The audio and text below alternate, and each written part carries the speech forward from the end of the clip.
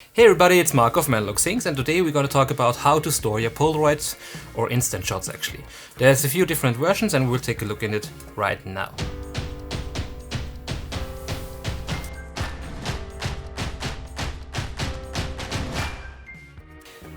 So let's catch up on the video from last week, and that was talking me about scanning your Polaroids.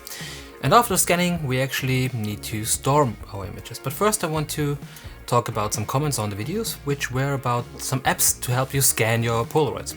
There is the Polaroid Originals app, which helps you scan. There's the Google Photos Scanner, I think, which is a pretty good app for what it does. And these apps help you scan. So the Google app actually uses an algorithm to remove the strobe in your images. That is really cool technology, but it's not there in my opinion. It gives you kinda these results that are okay for Instagram and stuff like that, but if you want to do like really high quality enlargements or stuff like that, I wouldn't use it. But a few people comment, like drop them in the comments, and it's fair to use them. They do a pretty good job for a quick snapshot, but if you want to have like good quality archive shots, I would always recommend using a better light. That changes a lot for your overall experience with that. But let's get into storing your images. There's a ton of different versions, and I just want to show you a few that I myself use, or that actually like my viewers use. And I dropped a Instagram story a few times, like 1 week back or 2 weeks back, where I asked about like how you store your Polaroid images.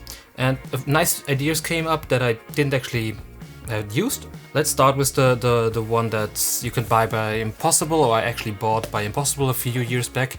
That's the storage box from Impossible. This is a super tough cardboard box. It's like a tank.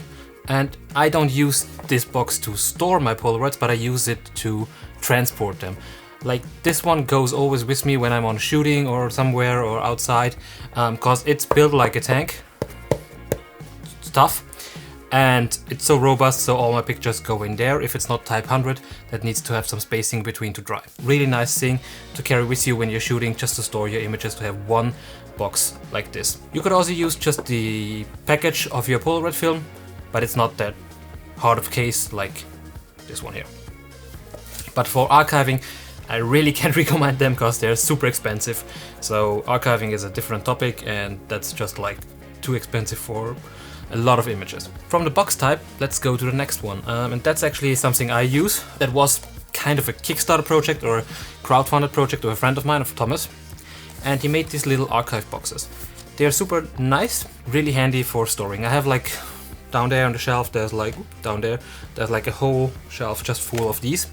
About like 150 boxes full of images. They are nice to write on. They have in the back you have all the information about people participating in the project or funding it. I like them. They're easy to open, and they come in a flat way, and you fold them. They are cradled to the grave, I think. So they are recyclable paper, which is a good thing.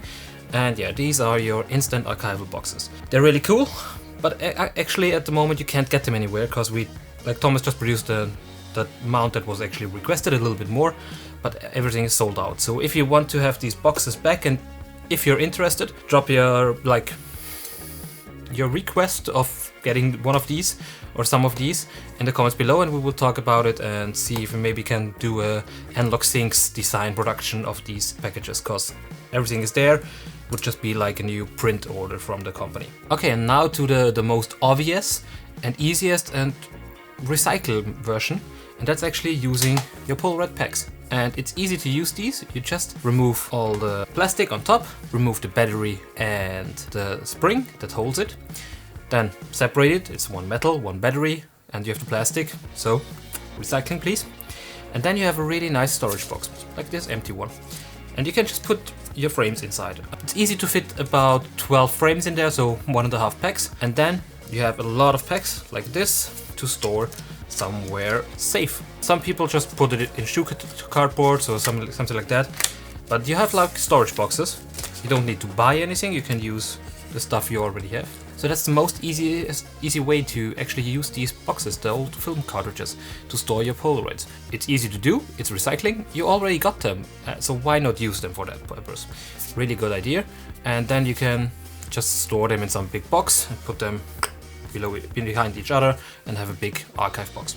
Probably my favorite idea if you don't want to have a massive box or something like that, or if you're not like trying to write anything on it, but actually you could just put a sticker here and write whatever is there, or you just exchange the tape on top here and use that as a marking, so you have a little bit better archiving solution, where like you can find your images again. So these are the box types actually. And now let's get to one idea I didn't have before, or like I know exists, that's actually using transparent foils where you put actually like paper inside. They already exist for 4x5 film, for example. You can buy them, but they're pretty expensive compared to just like regular punch pockets. Using this is a perfect idea, but how do we do it that our pictures are not floating around everywhere? And there's this little easy tool here, or thing I got on Amazon. It's super Chinese, it's super cheap, but it does the job actually. It's easy. It's 20 euros here, and I'm pretty sure you can find that in the States on Amazon too. If I find a link, I put it below. It's a plastic sealer. Maybe your parents or you already have one for vacuum sealing like food or stuff like that, and you can actually use that if it's big enough to seal your things, and you can use it to make your little things like this. And then you actually have a little picture book, a nice little picture book where you can show off your work, and it's stored nicely. The only thing you do is you take your Polaroids. What I did is like put 2 on the side, made the first line, like melted that together, then I put 2 next to it, made another line. So because these are A4 and they're a little bit too big for Polaroids.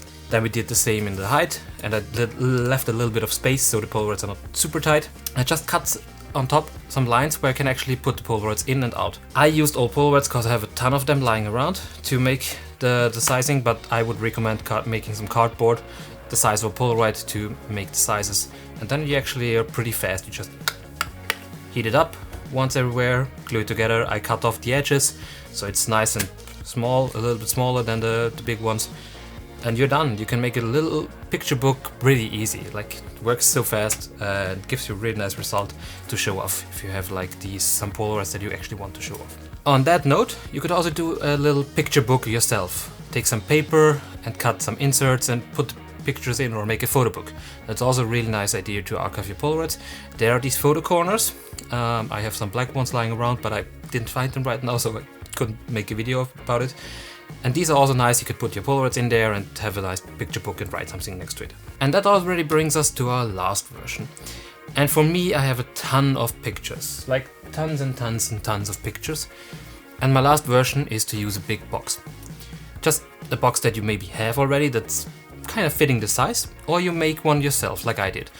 I made this box especially for Instax type 100 film. It has the perfect size for it, and it just has these 3 separators. You have 3 rows of images. And since I'm shooting so much Instax at the moment with the RF70, I need a big storage, and I didn't want to go for single boxes like this. I needed a big box where I can put like a ton of pictures inside. And with this box, it's perfect. I just like put all them. I have my separators. I have these black little sinks here where I can write on top. These are actually for Polaroid film. I have type 100 too. And I just write the topic on it, and then it's perfectly stored. For example, only the pictures, the mosaics Thomas and I took like 2 episodes ago, they are already like 40 pictures. It's like making boxes for that is really hard. That's the solution I will go for, Instax wide, to store all the massive amount I take on images. Yeah, that's actually most of it. I will be going to Hamburg, gonna be there for 1 week, so I hope I can upload a video next week. Haven't prepared anything before, so sorry, but I hope I can manage to produce a new video. I also bought a new backpack, the Peak Design travel backpack. Let's see, maybe I can do a little review of it, how I can use it with cameras, since I have so much stuff, the digital camera, the analog camera and everything I need to take with me, and also some stuff to change clothes and so on.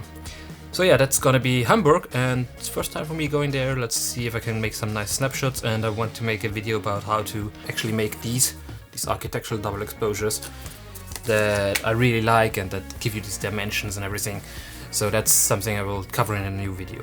So I hope you liked the video. If you did, thumbs up. If you didn't, thumbs down. If you want to see more content, subscribe to the channel, and I hope to see you next week. Bye!